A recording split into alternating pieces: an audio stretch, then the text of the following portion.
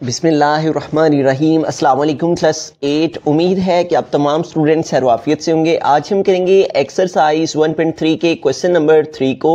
इससे कबल हम प्रीवियस वीडियोस में 1.3 एक्सरसाइज के क्वेश्चन नंबर 1 एंड 2 को डिस्कस कर चुके हैं। इनके लिंक्स मैंने डिस्क्रिप्शन में दे दिए हैं, आप इनसे रिलेटेड भी लेक्चर्स ले सकते हैं।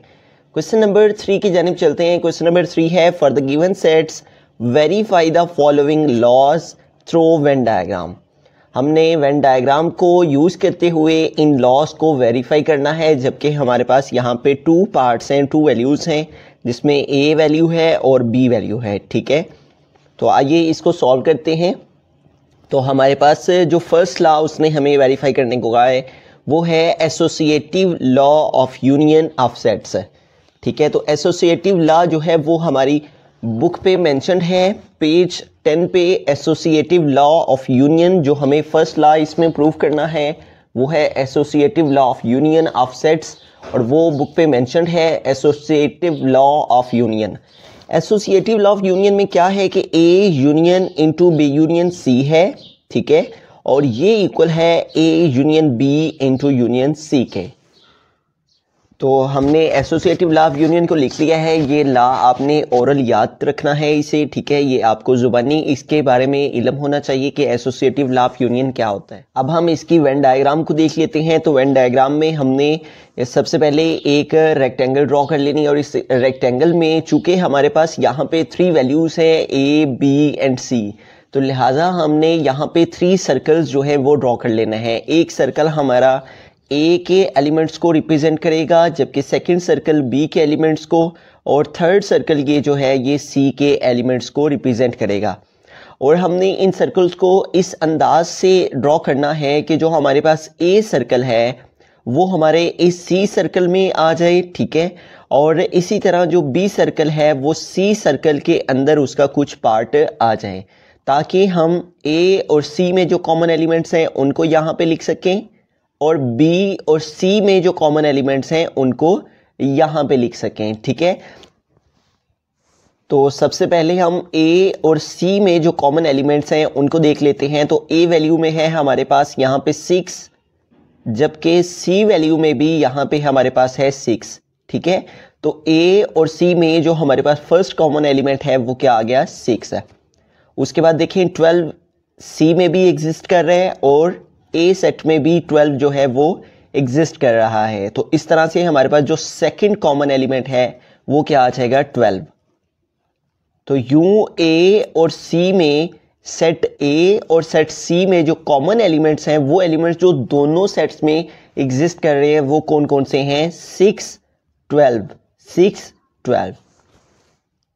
अब हम सेट B और सेट C में जो कॉमन एलिमेंट्स हैं उनको इस पार्ट के अंदर लिखते हैं। तो सेट B और सेट C में जो कॉमन एलिमेंट्स हैं वो हमारे पास यहाँ पे देखें, सबसे पहले तो 3 है जो दोनों में, B में भी और C में एग्जिस्ट कर रहा है, तो हम 3 लिख लेंगे। ठीक है, 3 के बाद हमारे पास जो नेक्स्ट नंबर है जो कॉमन है दोनों में वो है 9। ठीक है, तो B और C में हमारे पास 2 एलिमेंट हैं जो कॉमन है, एक है 3 जो दोनों में एग्जिस्ट कर रहा है, B में भी और C में भी। उसके बाद 9 है एक ऐसा एलिमेंट जो हमारे दोनों सेट्स में एग्जिस्ट कर रहा है। तो इस तरह से B और C में जो कॉमन एलिमेंट्स हैं वो क्या आ गए हमारे पास, 3 और 9। A और C में जब हमने कॉमन एलिमेंट्स लिख लिए हैं तो A सेट में हमने देखना है कि इन कॉमन एलिमेंट्स के अलावा रिमेनिंग कौन से एलिमेंट्स रह गए हैं, उनको हम इस A सर्कल के अंदर लिख देंगे। तो कॉमन एलिमेंट्स कौन से थे, 6 और 12 A सेट में। ठीक है, 6 और 12 के अलावा रिमेनिंग एलिमेंट्स कौन कौन से हैं, 2, 4, 8 एंड 10, उनको हम यहाँ पे लिख देंगे, 2, 4, 8 एंड 10। इसी तरह से हमारे पास जो B सेट है, B और C में जो कॉमन एलिमेंट्स थे वो थे 3 और 9। तो 3 और 9 के अलावा हमारे पास जो B सेट में रिमेनिंग एलिमेंट्स हैं उनको हम यहाँ पे लिख देंगे। तो 3 और 9 के अलावा B सेट में कौन से हैं रिमेनिंग, 1, 5, 7 और 11। इसी तरह से हमने जो C है उसमें हमने देखना है कि जो कॉमन एलिमेंट्स में आ गए हैं उनके अलावा कौन से रह गए हैं, 6, 12, 3, 9। इनके अलावा हमारे पास 3, ठीक है, ये भी कॉमन में आ गया, 6 ये भी कॉमन में आ गया, उसके बाद 9 ये भी कॉमन एलिमेंट में आ गया, उसके बाद 12 ये भी कॉमन एलिमेंट में आ गया। तो रिमेनिंग सी सेट में कौन सा एलिमेंट रह गया? 15। तो इसको हम यहाँ पे लिख देंगे। तो यूं इस तरह से हमने इसकी वेन डायग्राम को रिप्रेजेंट कर देना है कि ए और सी में जो कॉमन एलिमेंट्स हैं उनको यहाँ पे, और कॉमन के अलावा जो ए सेट पे रह जाएंगे उनको यहाँ, और जो कॉमन के अलावा हमारे पास बी और सी में कॉमन है उनको यहाँ, और बी में कॉमन के अलावा जो रह जाएंगे उनको बी सर्कल में। उसके बाद हमने लास्ट में देखना है कि सी सेट में हमने कॉमन के अलावा जो उनसे रिमेनिंग एलिमेंट रह जाएगा उसको यहाँ पे लिख देना है।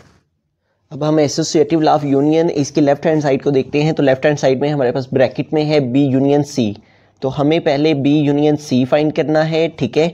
तो पहले बी है हमारे पास, तो हम बी की वैल्यू को लिखेंगे, और बी की वैल्यू क्या है? 1 3 5 7 9 एंड 11। 1 3 5 7 9 एंड 11। उसके बाद यूनियन है, उसके लिए यू लिखेंगे।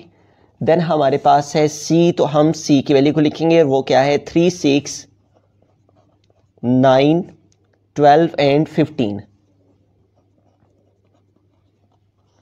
तो यूनियन हमने दोनों सेट्स का लेना है। तो अगर हम वेन डायग्राम को देखते हैं तो बी और सी के ये तमाम के तमाम एलिमेंट्स जो हमारे बी और सी के अंदर आ रहे हैं, ये तमाम के तमाम एलिमेंट्स हमारे यहाँ पे इसके आंसर में आ जाएंगे, ठीक है। और वो कौन कौन से एलिमेंट्स हैं? 1 3 5 7 11 9 एंड 15, ठीक है। उसके अलावा हमारे पास जो सी के एलिमेंट्स हैं और जो यहाँ पे कॉमन आए हुए हैं वो भी इसके अंदर हमारे पास आ जाएंगे। तो इन दोनों सेट्स में हमारे पास यूनियन में क्या आ जाएगा? दोनों सेट्स के एलिमेंट्स को इकट्ठा करके एक सेट में हम लिख देंगे, तो वो हमारा बी यूनियन सी का आंसर होगा। तो वो क्या आ जाएगा? 1 के बाद 3 आ जाएगा, 3 के बाद 5 आ जाएगा, इस सेट से हम 6 लिख लेंगे, और इस सेट से 7 लिख लेंगे, इस सेट से 9 और 11 लिख लेंगे, फिर इस सेट से हम 12 लिख लेंगे, और इस सेट से 15 लिख लेंगे। तो यूँ हमने बी यूनियन सी में बी और सी के तमाम एलिमेंट्स को इकट्ठा करके एक सेट में लिख दिया है। अब इसका हमने ए यूनियन फाइंड करना है। तो हम क्या लिखेंगे? पहले ए है तो हम ए की वैल्यू को लिखेंगे, और ए की वैल्यू हमारे पास क्या दी गई है? 2 4 6 8 10 एंड 12। 2 4 6 8 10 एंड 12। उसके बाद यूनियन है तो हम यू लिखेंगे। देन है हमारे पास बी यूनियन सी, तो बी यूनियन सी का हमारे पास जो आंसर आया है वो क्या है? 1 3 5 6 7 9 11 12 एंड 15।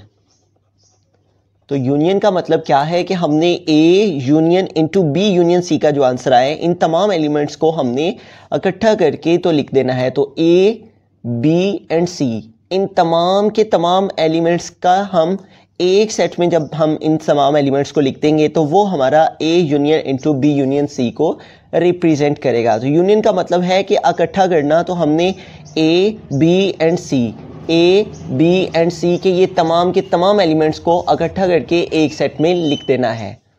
तो हमारे पास कौन कौन से एलिमेंट्स आ जाएंगे? इस सेट से 1 आ जाएगा, इस सेट से 2 आ जाएगा, देन इस सेट से 3, इस सेट से हम 4 लिख लेंगे, और इस सेट से 5 आ जाएगा, देन इस सेट से 6, और इस सेट से 7, इधर से 8, और इस सेट से 9, और फिर इस सेट से 10, और इस साइड से हम 11 ले लेंगे और 12 लिख लेंगे।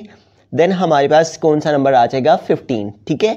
तो ये वो तमाम एलिमेंट्स हैं जो हमारे A union into B union C में आएंगे। तो अगर हम इसकी वेन डायग्राम को देखते हैं तो वेन डायग्राम में हमारे पास ये सारे के सारे एलिमेंट्स हमारे ए बी एंड सी इन तमाम के तमाम सर्कल्स में आ रहे हैं। तो हम इन सबको एक तरह का शेड दे देंगे, ठीक है, जिससे हम इसको ये रिप्रेजेंट करेंगे, ये इससे इजहार करेंगे कि ये तमाम का तमाम हमारा शेड होना इस बात को रिप्रेजेंट कर रहा है कि ये सारे के सारे हमारे यूनियन में आ रहे हैं और ये सारे के सारे एलिमेंट्स हमारे एक सेट में आए हैं। लिहाजा हम इन सब को शेड करके तो यूनियन मतलब एक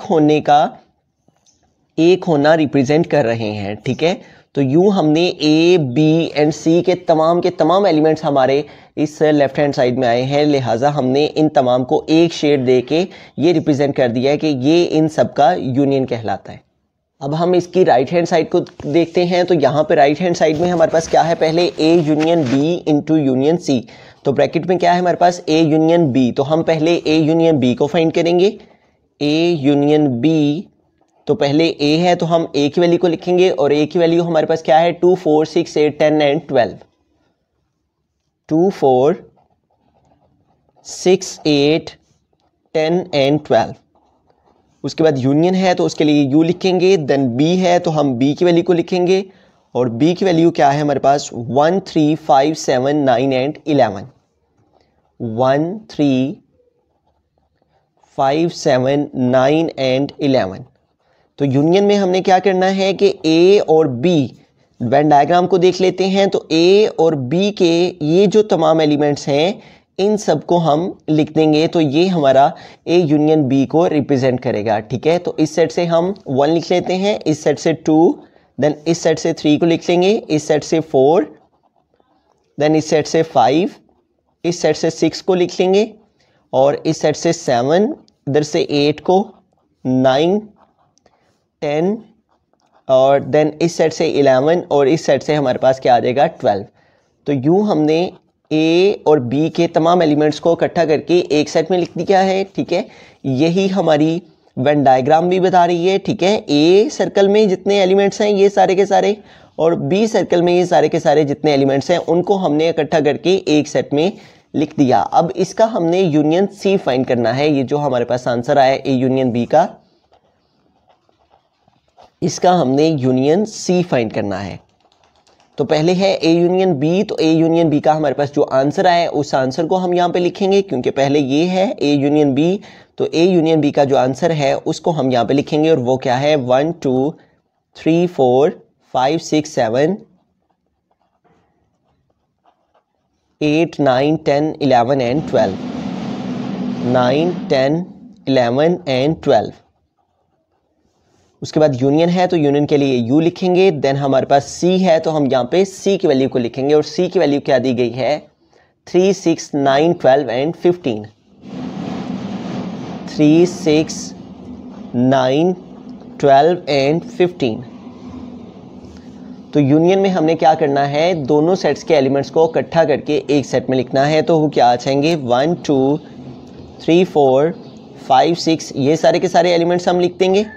6 7 8 9 10 11 12, ठीक है। और ये सारे के सारे एलिमेंट्स इसके अंदर आ गए हैं और कौन सा एलिमेंट रह गया, 15। तो हम 15 को भी इसके अंदर लिख लेंगे। तो यूँ हमने इन दोनों सेट्स के एलिमेंट्स को इकट्ठा करके एक सेट में लिख दिया। अब इसकी वेन डायग्राम भी हमारी सेम एज इट इज़ इसी तरह से बनेगी जिस तरह से हमने left hand side A union into B union C के लिए ड्रॉ की। यही वेन डायग्राम हमारी इसको रिप्रेजेंट कर रही है और यही वेन डायग्राम हमारी A union B union C को रिप्रेजेंट कर रही है। इसमें भी हमारे ये तमाम के तमाम ए बी और सी के तमाम एलिमेंट्स हमारे इसके आंसर में आ रहे हैं, लिहाजा ये इन तमाम को भी हम इसी तरह से शेड दे देंगे। तो ये वेन डायग्राम हमारी और ये आंसर और इसी तरह से ये आंसर और ये वेन डायग्राम, ये दोनों साइड्स हमारी, लेफ्ट हैंड साइड का आंसर भी 1 से लेके 12 तक काउंटिंग और फिर 15, और राइट हैंड साइड में भी 1 से लेके 12 तक काउंटिंग और फिर 15। तो इस तरह से हमारी दोनों साइड्स का आंसर और दोनों की वेन डायग्राम और दोनों जो हैं वो आपस में इक्वल हैं। तो हैंस प्रूव हुआ कि लेफ्ट हैंड साइड का आंसर और उसके वेन डायग्राम और राइट हैंड साइड का आंसर और उसके वेन डायग्राम इक्वल है। तो इस तरह से हमने दोनों साइड्स को एक दूसरे के इक्वल लिख दिया। बिस्मिल्लाहिर्रहमानिर्रहीम। अब हम सेकंड लॉ जो कि associative law of intersection of sets है उसको फाइंड आउट करेंगे। तो associative law of intersection book पे मेंशन है और वो है A intersection into B intersection C और A intersection B intersection C, ठीक है। तो इसको हम यहाँ पे लिख लेंगे और फिर हम इसकी वेन डायग्राम ड्रॉ करते हैं। एसोसिएटिव लॉ ऑफ इंटरसेक्शन हमने लिख लिया है। अब हम इसकी वेन डायग्राम को देख लेते हैं। तो इसकी वेन डायग्राम में भी हम बिल्कुल उसी तरह से जिस तरह से हमने एसोसिएटिव लॉ ऑफ यूनियन में किया था उसी तरह से हम इसकी वेन डायग्राम भी ए बी और सी के एलिमेंट्स के साथ जो है ये ए को, ये सेट बी को और ये हमारे पास सर्कल सेट सी के एलिमेंट्स को रिप्रेजेंट करेगा। सबसे पहले हम बी और सी के एलिमेंट्स में जो कॉमन है उसको यहाँ ए और सी के एलिमेंट्स को हम कॉमन जो हैं उनको यहाँ पे लिख लेंगे और फिर जो रिमेनिंग एलिमेंट्स हैं उनको हम यहाँ और यहाँ पे लिख लेंगे। ठीक है, तो ए और सी में हमारे पास जो कॉमन एलिमेंट्स हैं वो क्या हैं, हमारे पास 6। ठीक है, ये ए में भी है और सी में भी है तो हम 6 लिख लेंगे। उसके बाद हमारे पास 12 दोनों सेट्स में है, ए में भी और सी में भी, तो हम सेकंड जो है वो 12 लिख लेंगे। ठीक है, और इसी तरह से हम बी और सी में जो कॉमन एलिमेंट्स हैं उनको हम यहाँ पे लिख लेंगे। ठीक है, और बी और सी में जो कॉमन एलिमेंट्स हैं वो क्या हैं, 3 है जो दोनों में कॉमन है और उसके बाद 9 है जो दोनों में कॉमन है, 3 और 9। ठीक है, अब हम ए और सी में देखते हैं, ए और सी में जो हमने कॉमन के अलावा हमारे पास रिमेनिंग ए में रह गए हैं वो कौन कौन से हैं। तो 6 और 12 हम लिख चुके हैं। ठीक है, तो 6 और 12 में हमारे पास ए में रिमेनिंग एलिमेंट्स कौन से रह गए हैं, 2, 4। ठीक है, 6 हम लिख चुके हैं कॉमन में, फिर 8 आ जाएगा और उसके बाद 12 हम लिख चुके हैं जबकि 10 आ जाएगा। ठीक है, तो इसी तरह से हम बी और सी में इन कॉमन के अलावा कौन से रिमेनिंग रह गए हैं, 3 और 9 के अलावा हमारे पास कौन से एलिमेंट रहे हैं रिमेनिंग, 1, 5, 7 और 11। ठीक है, 1, 5, 7 और 11। ठीक है, तो ये वो हमारे पास रिमेनिंग एलिमेंट्स हैं जो हमारे इसमें बी में रह जाएंगे इस सी के कॉमन के अलावा। ठीक है, और अब हम सी में देख लेते हैं कि सी सेट में हम कौन से लिखेंगे इन कॉमन के अलावा। कॉमन कौन कौन से हैं, 3, 6, 9 और 12। 3, 6, 9 और 12 के अलावा हमारे पास जो रिमेनिंग है वो क्या रह गया, 15। तो ये हमारा सेट सी में आ जाएगा। अब हम इसकी लेफ्ट हैंड साइड को देख लेते हैं। तो लेफ्ट हैंड साइड में हमारे पास क्या है, बी इंटरसेक्शन सी। तो हम पहले बी इंटरसेक्शन सी को फाइंड करेंगे। तो पहले बी है तो हम बी की वैल्यू को लिखेंगे और वो क्या है, 1, 3, 5, 7, 1, 3, 5, 7, 9 और 11। उसके बाद इंटरसेक्शन है तो इंटरसेक्शन के साइन को यूज़ किया। देन सी है तो हम सी की वैल्यू को लिखेंगे और सी की वैल्यू क्या है, 3, 6, 9, 12 और 15। तो इंटरसेक्शन का क्या मतलब है कि हमने दोनों सेट्स के एलिमेंट्स को में से जो कॉमन है, ऐसे एलिमेंट्स जो दोनों सेट्स में मौजूद हैं उनको हमने एक सेट में लिखना है। तो दोनों सेट्स में देखते हैं वेन डायग्राम में बी और सी में हमारे पास दोनों सेट्स में कौन से एलिमेंट्स हैं जो दोनों में एग्जिस्ट कर रहे हैं। तो वो देखें कौन से एलिमेंट्स हैं, 3 और 9 हैं, सिर्फ ऐसे एलिमेंट्स हैं जो हमारे दोनों सेट्स में एग्जिस्ट कर रहे हैं। 3 और 9, 3 और 9 ये वो एलिमेंट्स हैं जो हमारे दोनों सेट्स में मौजूद हैं। तो कॉमन में हमारे पास क्या आंसर आ जाएगा, 3 और 9। ठीक है, अब हम इसका ए इंटरसेक्शन फाइंड करेंगे, A intersection B intersection C.